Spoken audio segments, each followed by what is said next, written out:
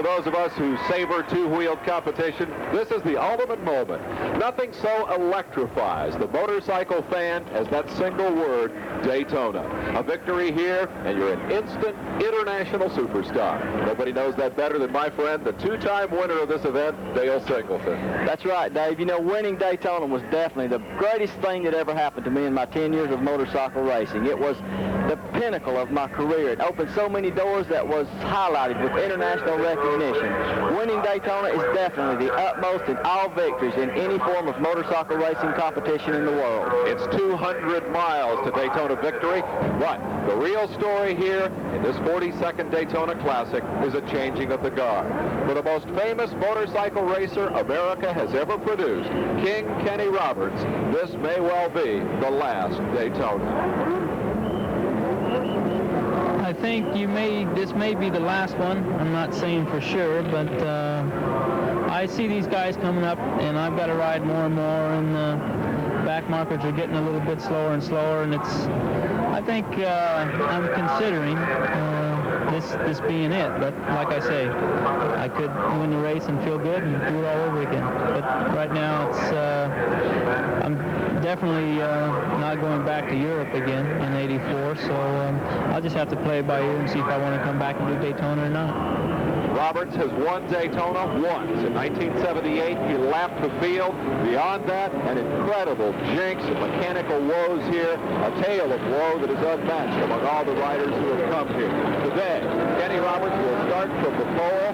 He has shattered the 2-minute barrier for the first time in history on this 3.87-mile road course. Much of the action today will be on pit road. Kenny Roberts is there now in his pole position. Covering the action in the pits today, the man who's been on Daytona pit road longer than anybody else in the broadcast business, my colleague, Ted Otto. Thank you, Dave. Just a few moments ago, Kenny Roberts had to push his bike off. They gave him a start, and he's out going around the grid now, making one practice warm-up lap. Kenny Roberts looked more confident today than I have seen him in his 10 starts here at the Daytona Speedway. He did shatter the magic 2-minute trip around this racetrack during qualifying, and he looked very comfortable and very relaxed just a couple of moments ago when they push-started him around this practice lap. Standing alongside the Honda team is my compatriot in the pits, Andrew Marriott. Well, Freddie Spencer has waited for him. Freddie, you look very cool and calm. How do you feel? I feel real good. You know, winning the race Friday should give me a lot of momentum going into today's race. We're stopping you getting on your motorcycle. Go and get on your motorcycle. Have a great race. Thanks a lot. Kenny Roberts, who's won the race once. His teammate Lawson alongside, and then it's that powerhouse Honda team, the Wonder Boy, Freddie Spencer at age 21, the Englishman Ron Haslam, and Mike Baldwin, who very nearly won this race here a year ago. That is the front five. A winner could very well come from there. Last year's top rookie, 7th place finisher a year ago, Steve Wise inside row 2. Wes Cooley is the first Kawasaki. He may try to run this race with one gas stop, and that's a big story. David Aldana, former Rookie of the Year, Nicky Rakiki, and Steve Barron rounding out row 2. In row 3, Fred Merkel is the top qualified rookie in today's race, and Bad Wolf will represent the hopes of Suzuki. Steve Gervais, Roberto Pietri, and Greg Spurs rounding out that row. Row 4, the veteran John Long, Doug Colin, Hap Eaton, Tony Head from England, a strong young rider, and Rusty Sharp. And in row 5, they'll line up this way. Kurt Lenz, Kurt Liebman, long, tall Harry Klinsman, Harry DeGal, and Alan Labrossi. That's the way that front five shape up. And this is pit road for the stock car races. But as you'll see in less than a minute, that field will thermal off into the twisting infield course. It's a total of 11 turns. The field is away. The Daytona 200 is started. And the charge down into turn 1 finds the Hondas on the move. Kenny Roberts did not get that lightning start. It is Mike Baldwin who leads the field to turn 1. There goes the second wave. The 42nd Daytona 200 is underway, live from Daytona International Speedway. Dave, you know, this is one of the most crucial laps of Daytona. Just getting through this first lap as the riders are all bunched up without sorting themselves out. There's lots of crashing going on here, and the riders are going to be extremely cautious, especially when this first grid get around the Daytona circuit. So far, everybody's kept it up on two wheels as Mike Baldwin rocketed off to the lead here. Mike Baldwin, at the age of 28, rider number 43, has opened up a lead over his teammate Ron Haslam, the young Englishman that many people feel could come here and win this race in his second attempt. But look at this. Baldwin breaking from the field. Haslam being chased by Freddie Spencer. The Honda battle for second and third. Then come the Yamahas and Kenny Roberts and Eddie Lawson. The rest of his field screaming out behind. Dale, it's a 200-mile sprint race in a lot of cases here at Daytona, and it looks like Mike Baldwin got to get a lightning fast pace. That's right, Dave. It seems that it's incredible how Baldwin got to take his early lead here. That's the aggressive kind of rider Michael is. He would like to open that lead up to a comfortable margin here and set the pace in the early going. Speed is the issue. 170 miles an hour right here, and now down hard onto the brakes comes the leader at Daytona into the chicane. That's a 70-mile kink at the end of the backstretch. Right there, the Baldwin has to come back onto the throttle, and now he is back out on the high bank of turn 3 and 4 of the Super Speedway here, the Stock Car Oval at Daytona. The field clearing the chicane. Mike Baldwin setting a bullet pace as he comes down for the completion of lap 1 in this 52-lap, 200-mile battle that is Daytona. An historic race. Baldwin leads across the stripe for the first time. Hot pursuit, the second-place battle raging off into turn number 1, and that battle is going to last all day. Freddie Spencer has closed up. Ron Haslam is third. Kenny Roberts and Eddie Lawson deployed in 4th and 5th spot. That's the battle between the two teammates on two very, very special Yamahas that we'll be telling you about before this one is over. But it is Baldwin leading, Spencer second, Haslam third. Lawson is now 4th, Roberts is 5th. Speed-wise has come to 6th spot here. The rest of the field worked their way around. You know, Dave, it seems to be a repeat as of yesterday when Mike Baldwin set the blistering pace early in the Superbike race, closely pursued by Freddie Spencer, and it looks like a repeat story here this afternoon.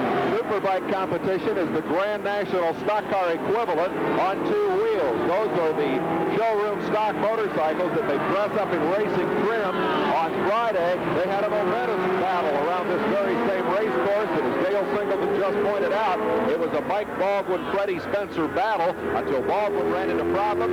You'll see that race later in this telecast today. Baldwin with a little bit of a wiggle as he moves out onto the high banks off the infield and attacking this Daytona course.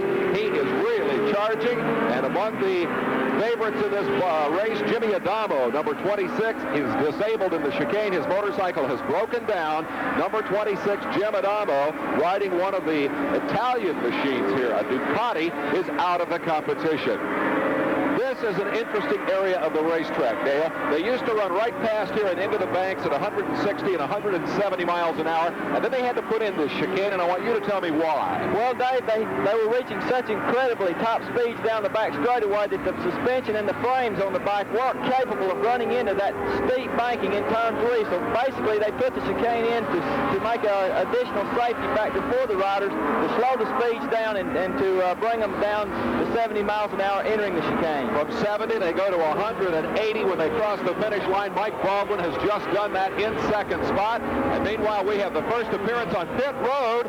Freddie Spencer has come to pit road, and that is a major development. Mike Baldwin hurtling off onto the racetrack, but there is a surprise early. Here is your leader, and suddenly his pursuer is nowhere to be seen. We have a preliminary report that Kenny Roberts is on pit road. Roberts has come into the pit.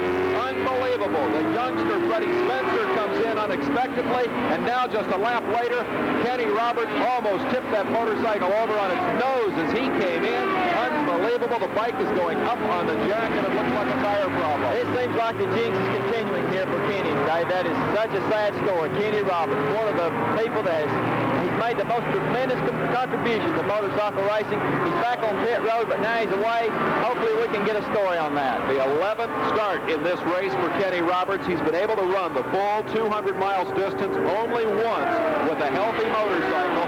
That was in 1978, and on that day, he lapped the field. Kenny Roberts' frustrations continue here as he has made an early and unexpected pit stop. Number 43, Mike Baldwin leads the Daytona 200. Work lap 3, Kenny Roberts' teammate Eddie Lawson is second in your picture there as they move up onto the high banks. Live from Daytona International Speedway, the field accelerates to 170 miles an hour on the backstretch. We have a report that Wes Cooley has crashed and is being taken to the infield hospital. Rider number 34, Wes Cooley. He is a former Daytona Charger, a former winner of the Superbike competition here. But he also suffered an injury at Daytona 2 years ago. He clipped a hay bale and broke his hip. And now Wes Cooley has crashed and is out of the event. Mike Baldwin is leading. Eddie Lawson is in pursuit. 1983 Daytona 200 thunders on, and I do mean thunders. Lawson is moving in. Lawson is making a charge. He is in the draft. And Mike Baldwin, he's going for the lead at the start-finish line. The new leader is Eddie Lawson. The teammate of Kenny Roberts has put the yellow colors of Yamaha in front of the red of Honda as this battle of Japanese motorcycle manufacturers races on. And Dale, it looks to me like Eddie Lawson just turned up the wick and said, I'm going for the front. Well, he took definitely the advantage of the draft. I watched him come across the east banking out there, Dave. He did get in the slipstream of Baldwin, and he made just a miraculous move right there on the inside to take the lead across the start-finish line. Down the backstretch comes the leader at 170 miles an hour.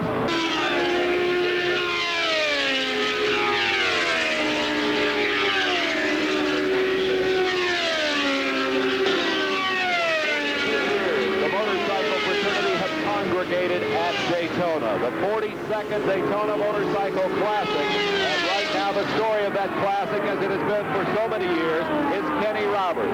He is reeling in the leaders at the rate of 3 seconds per lap, and that is just a monumental charge. Roberts out of the infield, wiggling and sliding his motorcycle.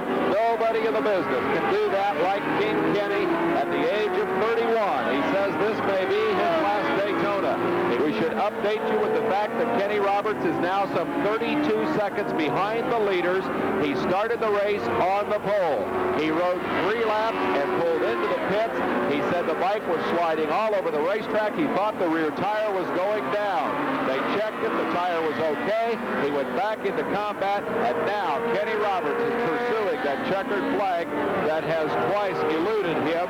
Kenny Roberts, who says that during the course of this race, you worry about those mysterious little noises.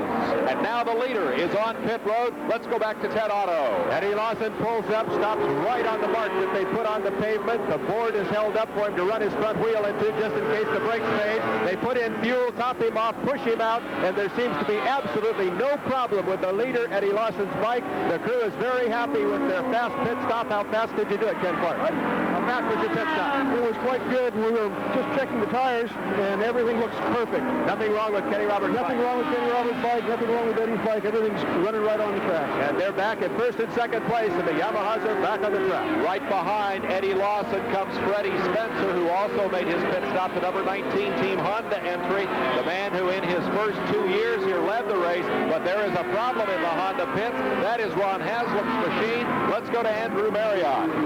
Yes, there is a problem here with Ron Haslam's machine. In fact, first he almost collected Mike Baldwin because Mike Baldwin stalled as he pulled out of the pit.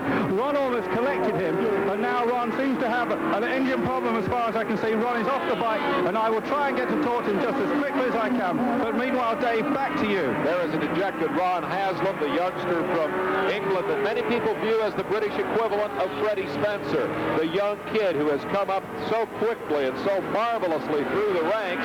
This young man did that same thing, but he did it as a dirt tracker. Eddie Lawson made the conversion to road racing, and oh, a near miss. That's that traffic story, Dale. No kidding there, Dave. He was accelerating hard coming out onto the banking, and I think Dave he had this rider, he was lapping more anticipated to go in a little higher line, and the guy began to swing back lower on him. That was a near miss for Eddie Lawson. Lawson is your leader in this race. He has made his pit stop. He has been in and out of the field. Let's get another look at that incident. It was so close. This is the leader, number 21, Eddie Lawson, a moment ago coming out of the infield. Dale? It's so important for that drive, Dave, coming out onto the banking, and this is something that I think Eddie is really trying to do here. The momentum was carrying him higher and higher up toward the wall. He came out of it okay. He missed, but it was a near miss. You see the difference in the speeds there. Those yellow bikes are so fast. They're reputed to be some 640 cc's. They are special one-off machines built exclusively as Daytona rocket ships, and after this race is over, they'll be loaded back up and crated up and sent back to Japan. Let me see if Ted Otto has a bit of insight into that. Ted, there's been a lot of talk about how big the engine is in that motorcycle and how thin the cylinder walls are. You got an inside story on that?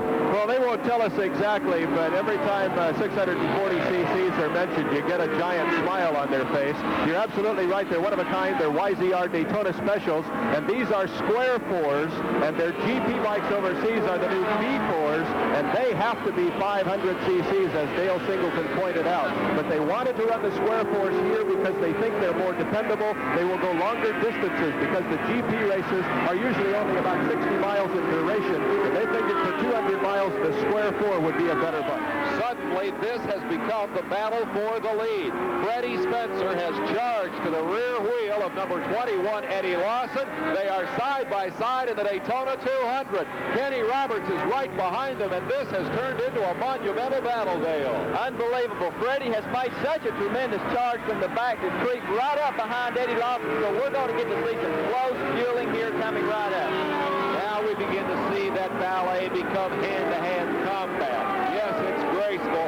Yes, it's tremendous skill and precision to handle a motorcycle at this kind of speed. But when 2 or 3 guys are out there doing it together in the draft and start beating on one another, this becomes a very, very physical combat. We are 19 rounds into a 52-round fight for glory at Daytona, and there is the story. 3 riders, Eddie Lawson, Freddie Spencer, and Kenny Roberts, a trio of road racing superstars hurtle onto the high banks of Daytona. Kenny Roberts is making a move on the high side of Freddie Spencer, and down low went Eddie Lawson, and that could have took out the entire lead pack. The new leader at the finish line will be Roberts. An unbelievable comeback there. That was unbelievable, the way Kenny went above Freddie Spencer and then come under Eddie Lawson. That was a tremendous move on Kenny's part. That is something that encounters such precision riding at that kind of speed in the draft situation, Dave. Eddie Lawson has just been gobbled up by 2 of the greatest motorcycle road racers in the world.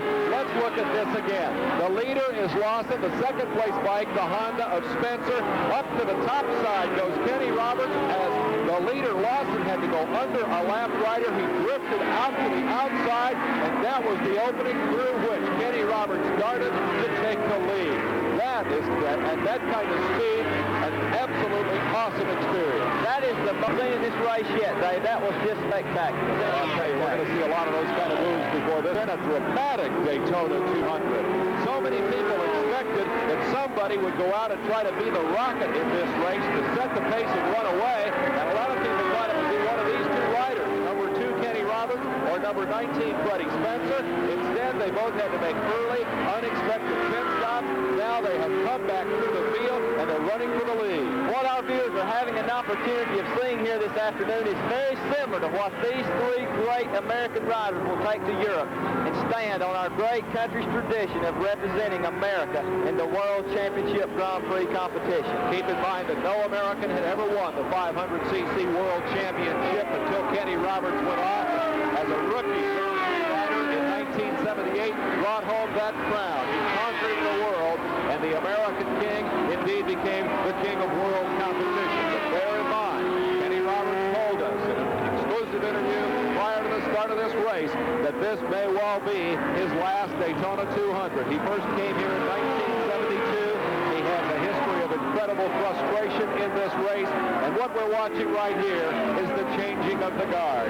At the age of 31, Kenny says this may be his last 200. At the age of 21, the man who pursues him right there, number 19, Freddie Spencer, is the new wonder boy, the future superstar of American road racing, and the 2 of them are hooked up in a classic battle. You couldn't have written a better Cinderella story in Hollywood than this one right here. They are in a lot of traffic. This should be tricky, Dale.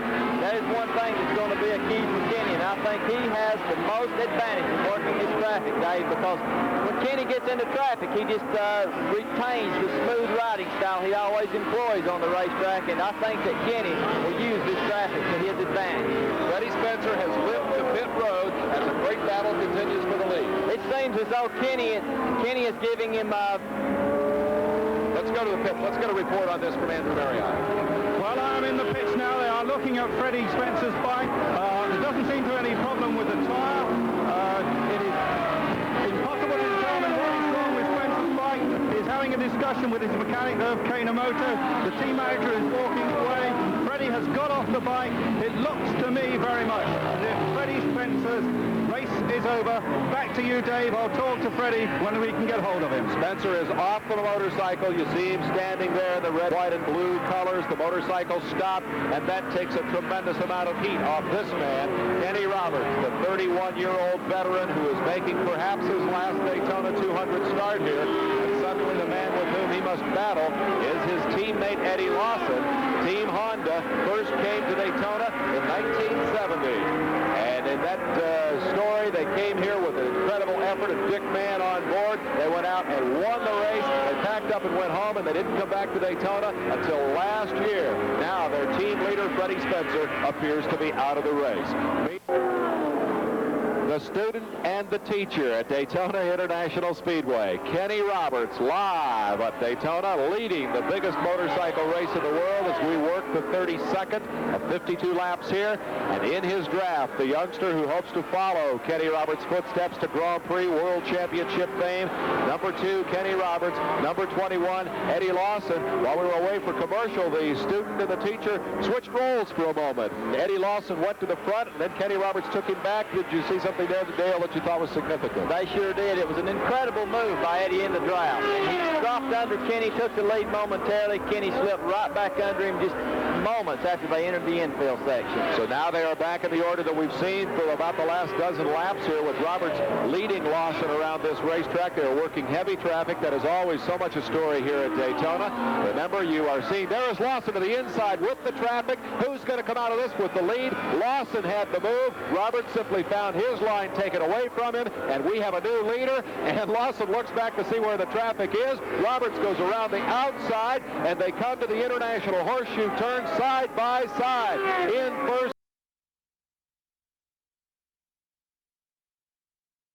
right there of what importance it is to play the role of being a super good rider to work the traffic, Dave. You saw Eddie run in on the inside, Kenny on the outside. It was just a tremendous move by both those riders. Here's another look. Roberts blocked, comes up to the outside.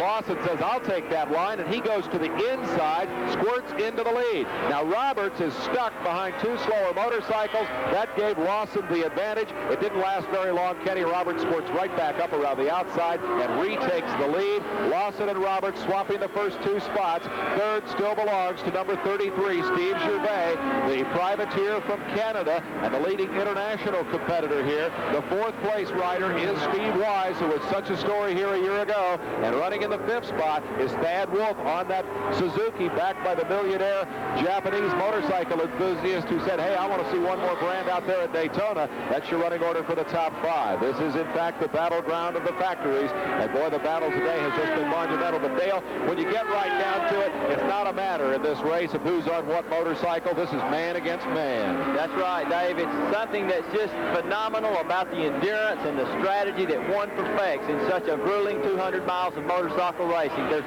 so many things out there a person has to take in consideration. The fatigue, the concentration, all the statistics that make such a big difference in the effects and the results in this grueling 200 miles. We're getting a look at Steve Wise in that pack of traffic. He is number 28. Wise is your fourth place rider in the race, and he is an absolutely marvelous story. The kid started his career down in McAllen, Texas as a motocross racer, and in fact became a very successful factory-backed racing star as his career began to wane in motocross, and he found that he just wasn't able to pull off win after win. He shifted gears, and they said, Steve, how would you like to try road racing? And he says, I'll tell you how much I'd like it. Let me go to Daytona next year. Now he is running fourth in the Daytona 200, and right coming into your frame behind him in your picture, you see both the machines. Michael Baldwin, his teammate, is on the charge. That is the third and fourth place race, and it has tightened up dramatically here in the 1983 Daytona 200.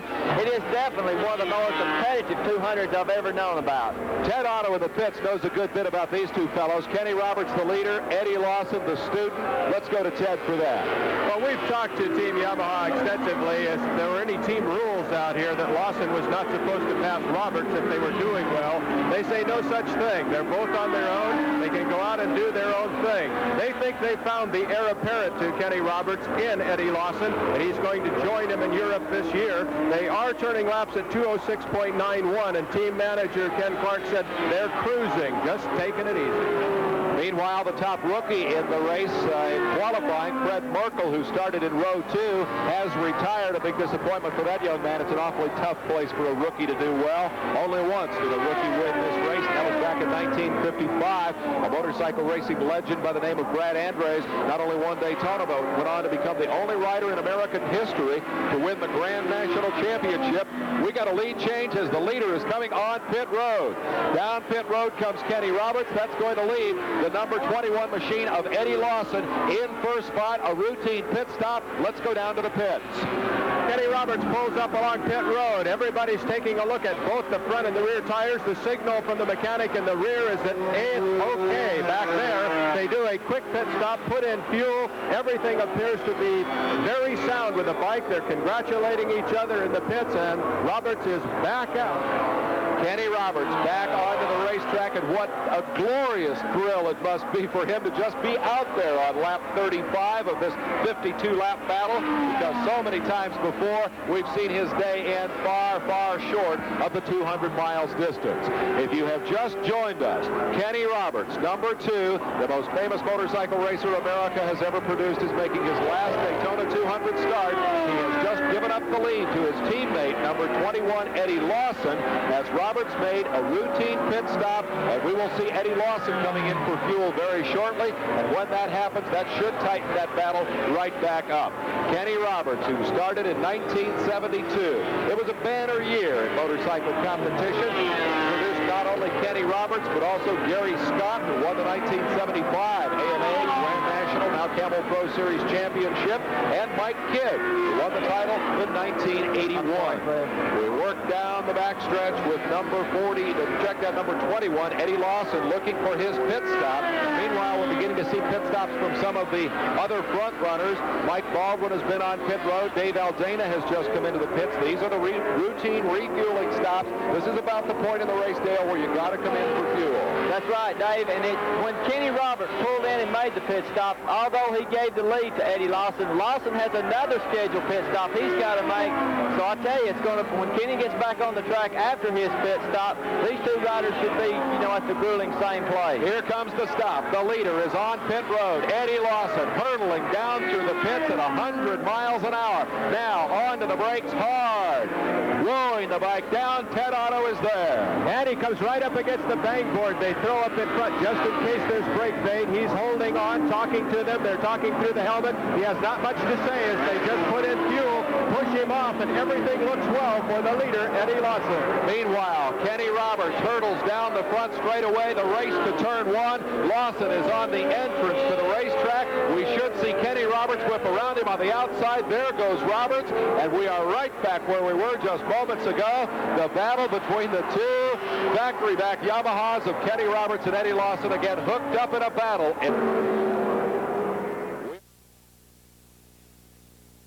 In the 42-year history of this, the greatest motorcycle race on the face of the earth, we have never seen a better battle than this at this distance.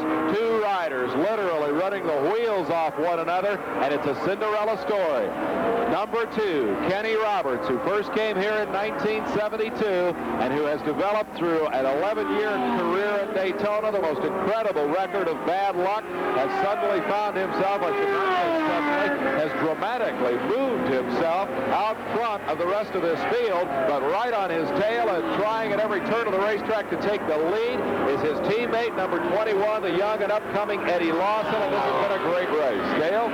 Yes, at this point in the race, Dave, these riders have taken on fuel for the last time, and now they're only looking for the checkered flag. Pit stop for number 28, Steve Wise, 4th place motorcycle. In and out of the pits, Andrew Marriott, everything looked normal there. Yes, it certainly did. A very quick 4.5-second pit stop on my stopwatch, and Steve Wise away. Steve Wise, wife looking on to see that pit stop, but Honda a little dejected, I think, down in the pits here. They did think they'd be running in the first two positions. They're not. They're 3rd and 4th. But back to you, Dave. Those two spots instead have gone to these two men, Kenny Roberts and Eddie Lawson.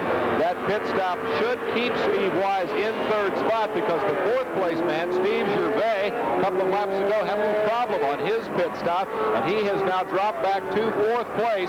The factory Honda of number 43, Mike Baldwin, continues to circulate in fifth position as this tremendous battle continues. The team manager that manages both of these riders, Kenny Roberts and Eddie Lawson, is Kenny Clark, a former racer, a veteran campaigner himself, and he made a prediction before this race that has turned out to be absolutely spot on.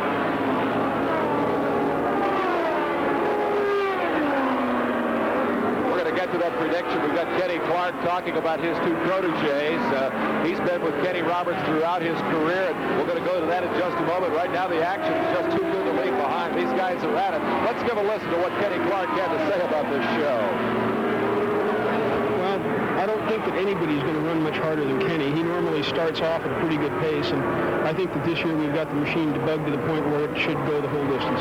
Your prediction then is that Kenny Roberts will easily win the 200 this year? I don't think he'll win it easily. I think Kenny and Eddie are going to put on quite a show. How's that for looking into the old crystal ball, Dale Singleton? These guys have put on one of the finest shows in the 42-year history of this race. No kidding. There's never been competition like this far into the race, Dave, that I can ever remember here in the Daytona 200. These two riders are definitely setting the patterns that both of them wish so highly that happens this year in the Grand Prix World Competition when they go up against the best in the world in the Grand Prix campaigns throughout Europe on these two yellow and black factory entries. Boyce and Dale Singleton, who on two occasions came home the winner in this race and who says those are the two biggest days of his life. Dale Singleton, who has now retired from this 180-mile-an-hour warfare. But Dale, you're not out of the racing business. What's the story? Well, I'm pursuing a venture in NASCAR racing, Dave, something that I've always had in the back of my mind I would love to do so much, and I've had some opportunities of organizing some things, and hopefully that I'll get the big breaks that I need to enter at a level in the stock car racing competition that will prove to potential sponsors that I have the driving ability, the talent, and the promotional aggressiveness that it takes to put together an American national stock car racing program. Well, there's certainly a precedent for that. An awful lot of two-wheeled racers have gone on to four-wheeled stardom. Joe Leonard started on two wheels before he became the IndyCar superstar that he was.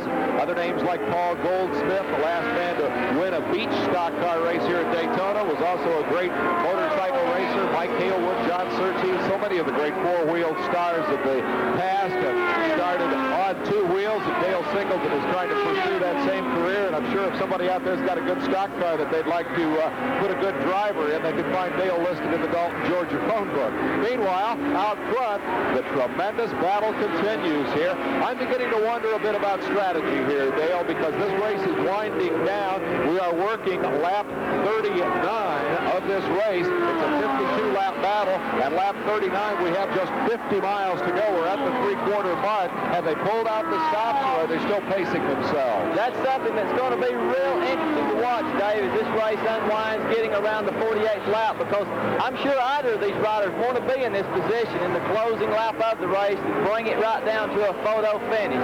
I think that Kenny Roberts, if he has the horsepower he needs, if he's got any advantage over Lawson, I think Kenny will try to pull just enough distance out so he can win this race comfortably. I'm sure maybe Lawson's thinking, on the other hand, something different, but it appears here that now Kenny has turned it up just a bit to try to pull that margin he's been searching for the length of this grueling 200-mile race. 110-mile-an-hour average speed at Daytona for 35 laps. That is just unbelievable.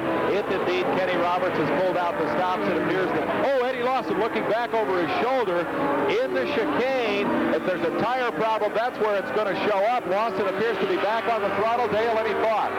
Oh, that looked like probably he had some bad experience there with a big slide or something, one of those big hair-raising where the thing breaks loose and alerts the rider immediately. We'll have to wait and see if there's a story that develops around that, but definitely Lawson was off the gas momentarily, looking down at the rear wheel.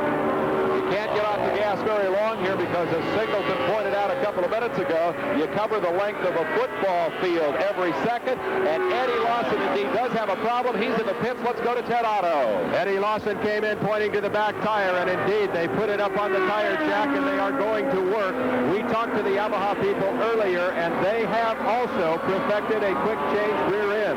Honda has been talking about that for several years, showed it to us last year, but Yamaha has a quick change rear end. They say they can change rear wheels quickly also, even though they have not gone through practice drills. But as you can see, the rear wheel is already off.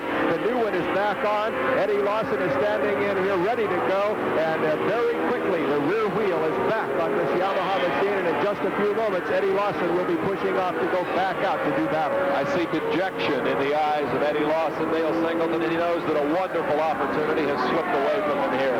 Well, Dave, you know, he's pulled out an incredible lead, some minute and 23 seconds over the third-place rider. If they hurry, it's a possibility they can get Eddie back on the track and put him back in contention for this runner-up position here at Daytona. The first two riders, Kenny Roberts and Eddie Lawson, were a minute and 23 seconds ahead of third-place Steve Gervais when that man, Lawson, came in to change a rear tire.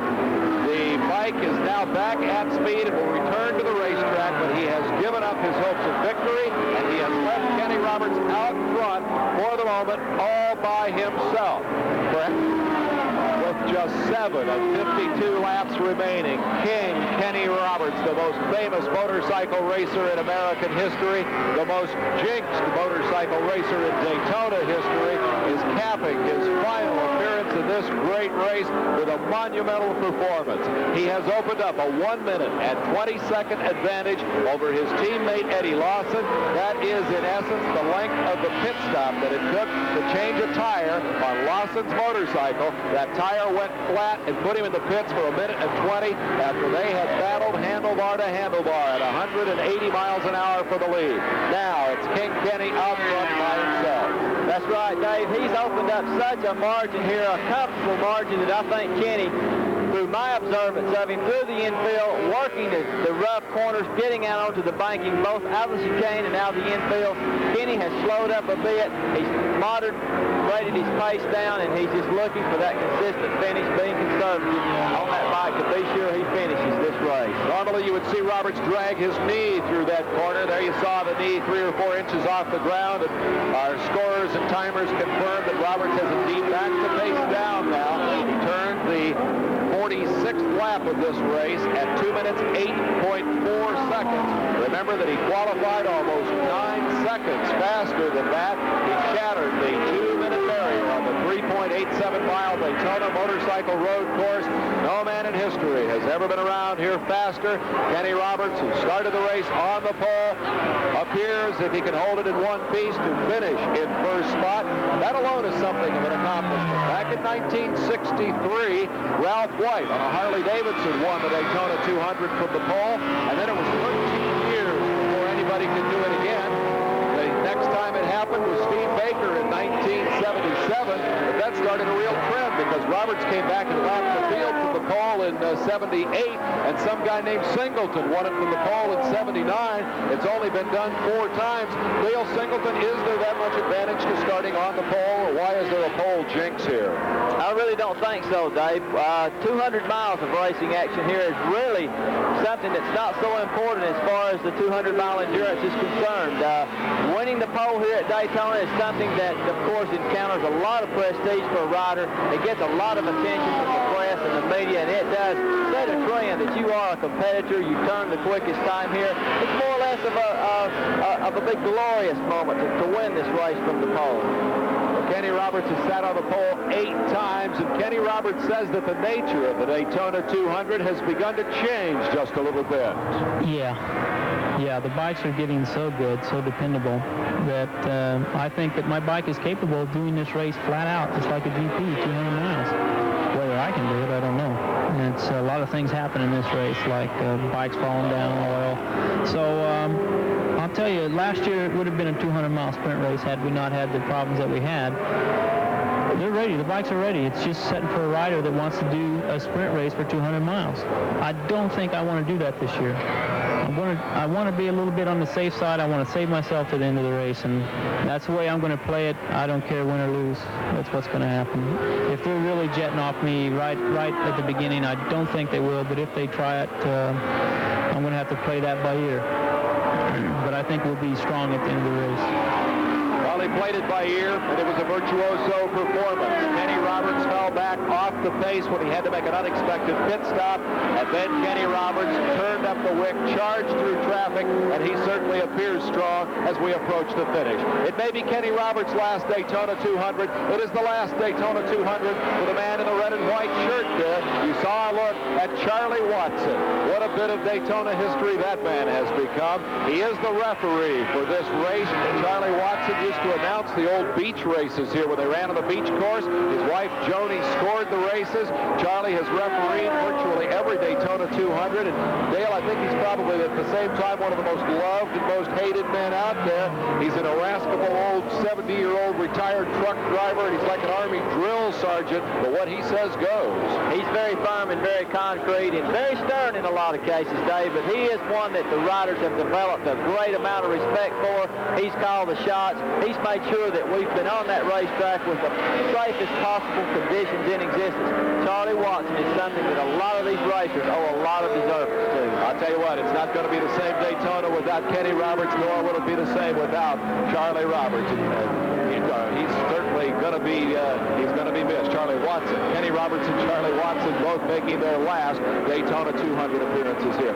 As I was listening to Kenny Roberts talk about his race strategy, the calm, conservative, classy world championship rider at the age of 31, I can't help but recall back to 1971 when I interviewed Kenny Roberts for the first time. He was a 17-year-old kid, and to say that he was cocky and arrogant would be the ultimate understatement. Kenny Roberts was not the most popular kid ever to come out of Modesto, California. He was good, and he knew how good he was, and he wasn't bashful about telling anybody about it. He didn't make himself a whole lot of friends. Didn't care about talking to the press, didn't care about talking to anybody.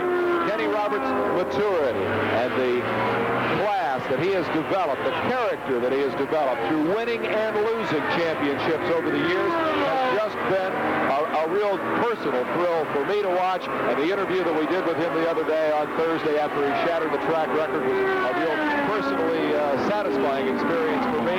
It is truly a hero worship thing to be able to watch a man like this do the kind of job that he's doing here today. Kenny Roberts deserves to win this Daytona 200. I really don't think there's a man on that grid that lined up to start the 42nd Daytona 200 that's more deserving to win this prestigious and richest motorcycle Here is race. heartbreak. Here is heartbreak for number 37, Bad Wolf. The number 37 machine has broken. He was running in 4th spot. That was the only top-flight Suzuki in the field. It's privately backed by a Japanese millionaire who financed this racing effort out of his own pocket. Bad Wolf came here as the rider. Last year, he was the last privateer, the top privateer in American road racing. Now he is another heartbroken man who has failed, as so many have before, to go the full distance. He came so close. We're on lap 49 of 52, and Wolf walks away, pushing his pink Escargot Suzuki dejectedly into the pits. Meanwhile, Kenny Roberts is closer and closer to the biggest plum in world road racing, the Daytona 200. The interesting question is going to be in victory lane if he gets there 2 laps from now. Will he, in fact, retire? Because he also told us in that Thursday interview, you heard it earlier here on this live telecast, quote, who knows? I may win the race and get all pumped up and run it again next year. Dale Singleton, you know Kenny Roberts. Do you have an opinion? Is this the last time we'll see him in Daytona? It's really hard to say, Dave. Kenny can do just about literally what he wants to in the world of motorcycle competition, whether or not he gets a renewal from Yamaha, which I'm sure he would, or whatever the circumstances may be. Kenny is at his full objection. Whatever he would like to do, he can come back here, and of course he's not going to be talent-stricken in one essence to come back and win this prestigious Daytona 200. With 3 laps to go, Kenny Roberts on his 11th try, trying to win the Daytona 200 for the second time. He did it in 1978 when he lapped the field. It is 1 minute and 2 seconds from first to second place. That means that the second place man, Eddie Lawson, has carved some 18 seconds off Kenny Roberts' lead. That means that Lawson is continuing to gas it up out there, but Kenny Roberts is just cruising. He's trying to save that motorcycle. Now, Dale, is when you really listen to that engine and you really feel that clutch and you anticipate anything in the world that might go wrong. I think Kenny now is paying more closer attention to his lap boards than ever. And There's Lawson, and he's charging. Lawson is really on the move. He wants a 1-2 sweep in this race. He wants a personal achievement at Daytona. He won't catch Kenny Roberts, but he wants to be there if Roberts breaks. Dale? You know, the important thing, I think, what Eddie's got on his mind, as far as the statistics are concerned, how many seconds back he finishes on Kenny is something that carries a lot of great importance for Eddie, being the young superstar he is, especially coupled with this great world champion rider, Kenny Roberts, as they enter the 1983 World Grand Prix Championship chase together. Roberts started out as a dirt track motorcycle racer. He was Rookie of the Year for the AMA in 1972. He came back and won the Camel Pro Series Championship in 73 and 74. He's been a Yamaha loyalist throughout his career, but Harley-Davidson horsepower on dirt track eventually outstripped the Yamahas. Kenny could no longer compete, so he simply shifted gears, went to Europe, and became the first American ever to win the World Road Racing Championship. He was also the first rookie ever to win that title, and just to prove that that was no fluke, he came back and he won it 2 more times. I think he'd have won his 4th, but an injury and some mechanical problems denied him that opportunity. That is the one goal, if he can take this checkered flag today, that remains for Kenny Roberts.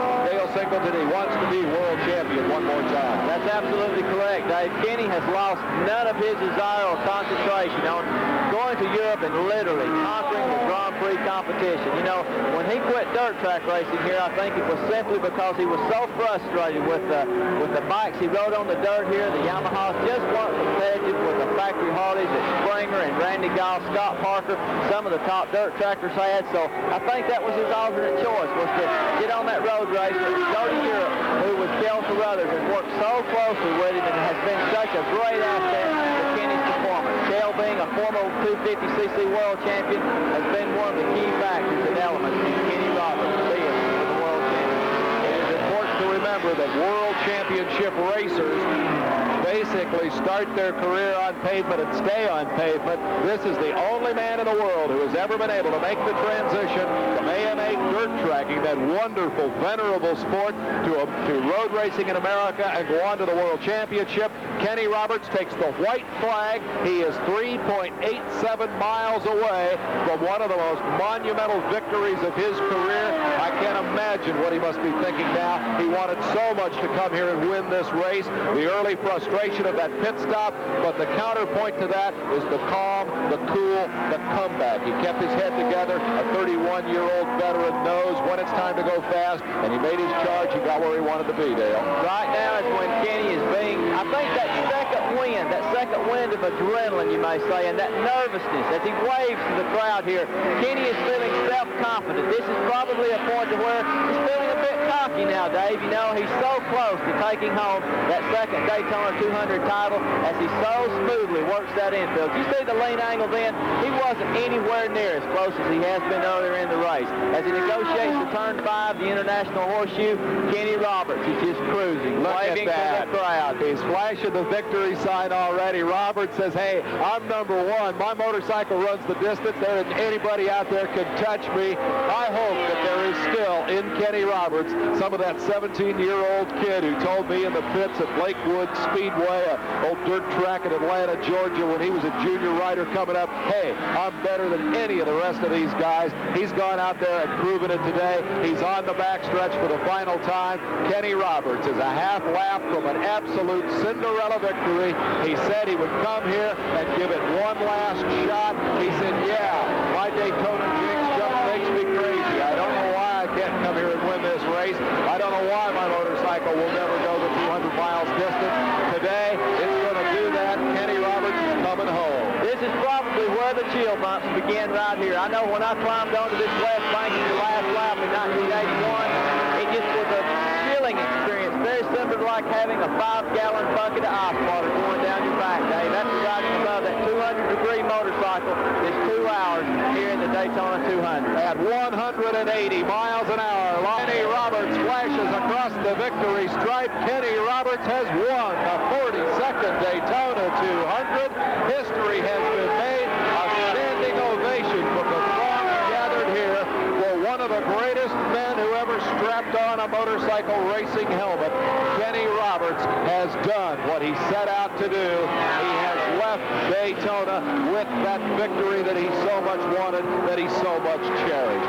Kenny Roberts on the cool-off lap headed for victory lane. The celebration as Kenny Clark looks on. We are going to be coming back to hear from this man and find out perhaps if indeed there will be another Daytona 200 with a man who is coasting home and accepting the accolades of the thousands of motorcycle fans gathered here. Kenny Roberts has won Daytona.